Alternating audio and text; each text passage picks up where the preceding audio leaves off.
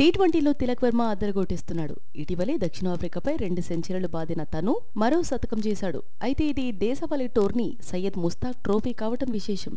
దీంతో టీ20లో వరుసగా 3 సెంచరీలు సాధించిన తొలి బ్యాటర్గా తిలక్ రికార్డు సృష్టించాడు. హైదరాబాద్ కెప్టెన్గా బరిలోకి దిగిన తిలక్ వర్మ ప్రత్యర్థి జట్టు మేఘాలయపై 67 బంతుల్లోనే 151 పరుగులు సాధించాడు. ఇందులో 14 ఫోర్లు, 10 సిక్స్లు ఉన్నాయి. ఈ ట్రోఫీలో అత్యధిక వ్యక్తిగత స్కోరర్ శ్రేయస్ అయ్యర్ను తిలక్ అధిగమించాడు. శ్రేయస్ గతంలో 147 పరుగులు చేశాడు.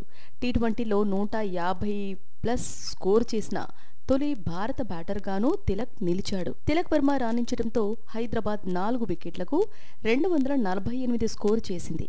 తిలక్ కాకుండా ఓపెనర్ తన్మయ్ అగర్వాల్ 55 రన్స్తో రాణించాడు. రాహుల్ బుద్ధి 30 పరుగులు చేసి పర్వాలేదు అనిపించాడు. అనంతరం లక్ష్య ఛేదంలో మేఘాలయ 69 పరుగులకే కుప్పకూలింది. అనికేత్ రెడ్డి 4, తన్మయ్ త్యాగరాజన్ 3 దెబ్బకు కుదేలైంది. దీంతో హైదరాబాద్ 179 పరుగుల భారీ తేడాతో విజయం సాధించింది.